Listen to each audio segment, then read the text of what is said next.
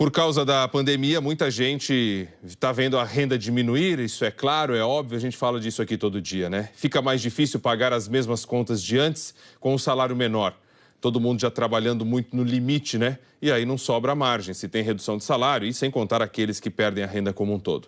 Uma das despesas que não dá para pagar muito bem, ou melhor, não dá para você parar de pagar e também não dá para pagar ela por completo em situação assim, é o aluguel. Por isso tem muita gente aí tentando negociar o valor por alguns meses para não romper o contrato, enfim. A Laura Cassano, que fez uma reportagem ainda há pouco aí sobre os empreendedores, os refugiados empreendedores, ela fez uma outra para a gente sobre essa história do aluguel, mostrando aí que muitas dessas negociações estão dando certo. Veja só. A nossa casa é o lugar mais importante, sempre, mas principalmente durante uma pandemia. E geralmente também é a nossa principal despesa. O problema é quando o aluguel não cabe mais no bolso. O Mohamed tem uma loja de uniformes na Vila Mariana que está de portas fechadas e sem faturar desde o início da quarentena. Ele mora de aluguel e o jeito foi negociar com o proprietário. Mês de abril, eles deram desconto 100%, isentaram o aluguel 100%, né? Eu paguei só o condomínio. E em maio, eles mandaram um boleto agora, né, para que vence dia 10, mandaram um boleto com desconto 40%. E também falaram que de junho eles mandam também um boleto com desconto 40%. E falaram também da situação, a gente volta a conversar, né? O Mohamed não está sozinho. Dados do Secov mostram que 30% das pessoas que moram de aluguel em São Paulo já pediram desconto no aluguel durante a pandemia. E mais da metade conseguiu fazer um acordo com o proprietário do imóvel. Os descontos variam de 25% a 50% no valor do aluguel, dependendo da situação de ambos, do inquilino e do proprietário. São descontos que valem só por alguns meses, para dar um respiro. Eles não alteram o contrato de locação e, geralmente, o inquilino se compromete a pagar a diferença em parcelas futuras quando a situação melhorar. Para aumentar as chances de conseguir um acordo, a orientação é que o locatário converse com o proprietário e apresente provas de que realmente a situação financeira dele mudou com a quarentena. Ele pode, por exemplo, anexar uma carta da empresa mostrando que ele foi demitido. Ele pode mostrar também, através de uma carta da empresa, que a carga horária dele foi reduzida ou que houve uma renegociação do salário dele, uma diminuição do salário. Se for um trabalhador informal, outra medida, por exemplo, é mostrar a conta bancária, ou seja, os recebimentos dele naquele mês são diferentes ou inferiores aos recebimentos do mês anterior. E a maioria dos proprietários em São Paulo, cerca de 75% deles, só tem um imóvel para alugar. Então, eles também dependem dessa renda. Não tem regra. Se de um lado tem um inquilino com dificuldades para pagar, de outro, esse mesmo aluguel também é a principal fonte de renda de alguém que também tem contas para pagar. E esse dilema é ainda maior para quem tem uma loja e precisa pagar o aluguel comercial. Com as portas fechadas, o comércio não pode contar com o seu principal colaborador, o cliente. E sem o cliente, o dono do negócio se vê em apuros para fechar as contas. A diretora de locação de uma das maiores imobiliárias de São Paulo conta que 35% dos comerciantes atendidos por eles já pediram descontos no aluguel. Você pode pedir a prorrogação do aluguel, você pode pedir o parcelamento futuro do aluguel, de pagar futuramente, e você pode pedir o desconto de aluguel. E então, entre essas condições, você ter o melhor negócio para ambas as partes. O Mohamed tentou negociar também um desconto para o aluguel comercial da loja de uniformes, mas não teve a mesma sorte. Agora, além das contas, ele já começa a se preocupar também com juros que incidem sobre as despesas atrasadas. O nosso PTU também foi calcular ontem no sistema, no site da prefeitura. Só juros, R$150. Ninguém ajuda, não tem nenhum decreto que ajuda a gente, apoia, isenta os juros, pelo menos.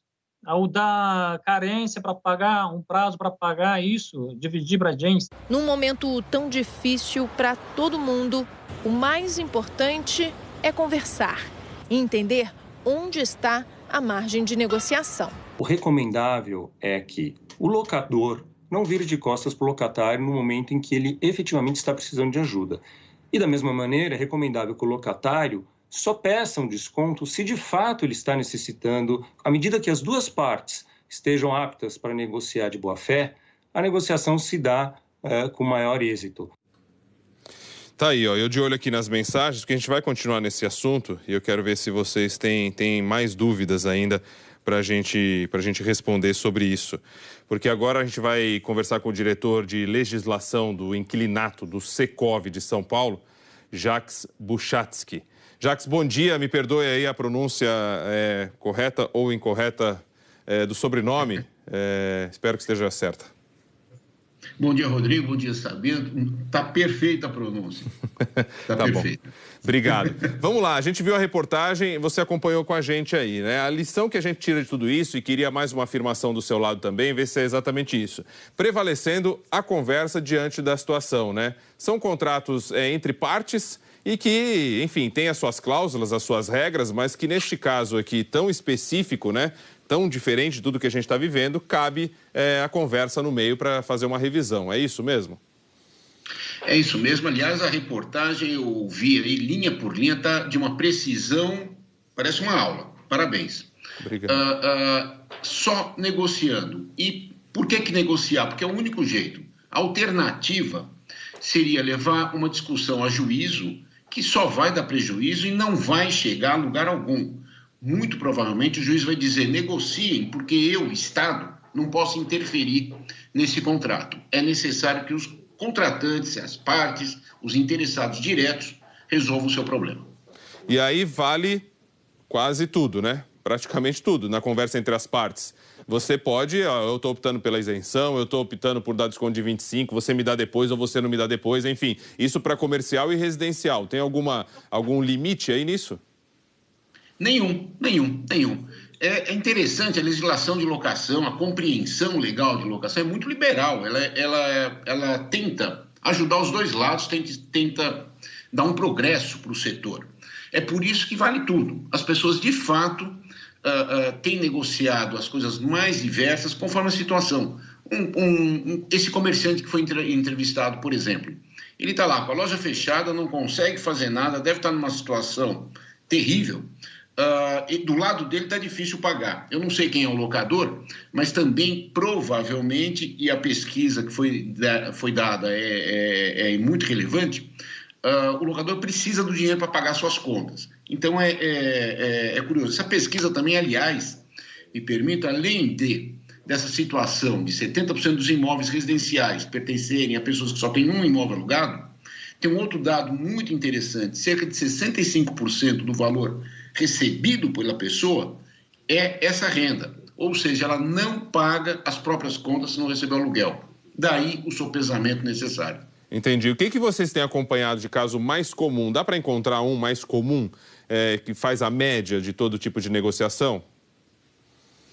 Eu diria que no lado comercial é difícil média, né? Porque as situações são muito diversas. Mas se eu fizer uma média, considerando grandes lojas, grandes galpões, pequenas lojas, eu diria basicamente que as pessoas estão dando um diferimento, ou seja, cobram cerca de 50% do aluguel agora e postergam o pagamento dos outros 50% por cerca de 6 meses. Cheguei a ver casos até de 1 ano, em situações muito específicas.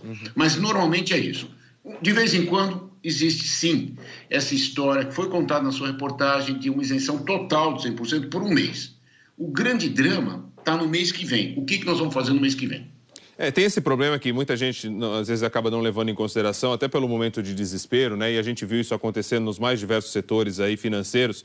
inclusive dos créditos, e aí vale para aluguel também, estou falando de crédito nos bancos, né? Operações de crédito, aquela história, estamos te dando a isenção aqui, você não paga por 2 meses. O problema é que você não está tendo um abono disso, não é que você não vai ter, e acontece muito em aluguel. Não é que depois de 2 meses você não vai ter que pagar esses 2 meses, você vai ter que pagar 100% do que vai vencer lá na frente e mais 100 e alguma coisa por cento que tem juros disso que venceu aqui atrás. E a gente sabe que a recuperação vai ser muito difícil, inclusive com uma carga pesada de desemprego. Então, como será lá na frente? A gente está tentando resolver o hoje, muitas vezes sem pensar lá na frente. Por isso que essa negociação do aluguel, talvez trazendo para uma realidade mais forte agora, é você dizer o seguinte, me dá uma isenção agora e eu não sei quando eu vou te devolver isso, porque se você sobrecarregar lá na frente, você não vai ter 120, 150, 200% de salário lá na frente, né? Eu acho que isso tem que se levar em consideração também. Eu acho que dentro dessa linha, o que a gente tem feito, e quem sou eu para dar conselho, mas é colocar na negociação, primeiro, é sempre bom fazer por escrito, porque amanhã todos nós esquecemos o que combinamos. Então, faz por escrito que é a melhor cura contra a má memória. Segundo, nesse por escrito, dizer, olha, está sendo dado um diferimento, está sendo dado uma postergação, um adiamento de pagamento de partes do aluguel, porém, e eu acho que essa que é a dica, que talvez seja muito interessante, porém, vamos rever mês a mês, ou vamos rever a cada 2 meses como é que está a situação. Porque vamos imaginar que essa pandemia se prorrogue terrivelmente, horrível. O que eu faço no meu caso? Eu vou ter que renegociar de novo. O que eu estou prometendo hoje, talvez eu não cumpra se essa pandemia continuar do jeito horroroso que está. E se ela acabar de repente, porque descobriram algum jeito, acabou. Vamos retomar as negociações, vamos retomar o andamento normal do contrato. Acho que é mais ou menos isso. Uma cláusula prevendo uma renegociação de novo. Prevendo, no fundo, o bom senso, né, do tempo, do momento. Pois é. A Tânia, aliás, a Márcia Correia, nossa editora-chefe, que pergunta aqui para mim. E se, por acaso, o proprietário do imóvel ele não quiser saber de negociar, não quiser saber de receber, você deposita em juízo um valor que você acha que você dá para pagar? Você deixa correr isso para a justiça? O que fazer? Essa pergunta é a pergunta terrível, né? As pessoas têm que ter bom senso. É assim que se opera um contrato qualquer. Um lado com bom senso, outro lado com bom senso. Isso é um exercício de boa-fé, de contrato. Não deu certo, só tem um jeito. Quando nós dois brigamos, só tem alguém que pode resolver a nossa briga. É o judiciário. Como é que é feito o judiciário? Não é somente o depósito, é feito também o depósito, mas é pedido uma liminar para o juiz que vai apreciar a situação, vai ver as provas do caso e aí sim ele poderá ou negar a liminar, pode ser, ou conceder uma liminar adiando o pagamento de um pedaço do aluguel. Isso aí tem valido tanto para aluguel comercial como para não comercial, com maior vigor para o comercial. Aí volta a questão inicial sua afirmação, que acaba sendo prejuízo para todos os lados. Tem custas processuais, tem também o tempo sem receber por parte do proprietário. A Tânia Patusca, ela pergunta aqui, na questão do aluguel, o seguro-fiança, ele pode ser usado neste caso? Pois é interessante. O seguro de fiança locatícia, é uma garantia prevista em lei e que certamente a dona Tânia, deve ter contratado isso. Daí a pergunta. O seguro fiança só vai pagar o aluguel se não houver pagamento e se também houver ação de despejo. Então, essa é a razão pela qual o seguro fiança não vai pagar o aluguel e manter a locação. Não, isso é só em caso de ruptura do contrato. Para a gente encerrar, como é que está o mercado? Queda aí nos valores dos aluguéis, no valor dos imóveis? Como é que vocês têm acompanhado isso? Olha, eu diria que as pessoas estão assuntando. Tá todo mundo vendo o que está acontecendo, está preocupado. Eu não acho que haja uma desesperança, não. As pessoas estão pretendendo empreender, fazer, etc. Agora, está todo mundo revendo. Talvez o imóvel que eu previa tem que ser maior para o negócio ou menor. Então, hoje, a gente tem um tema novo, por exemplo, que é a quantidade de gente que eu consigo colocar num imóvel. Agora mudou, né? Está todo mundo com medo de aglomeração. Mas eu acho que o mercado está de pé e vai acontecer. Acredito que essa mexida vá ser superada em questão de 2 meses, eu acredito mesmo.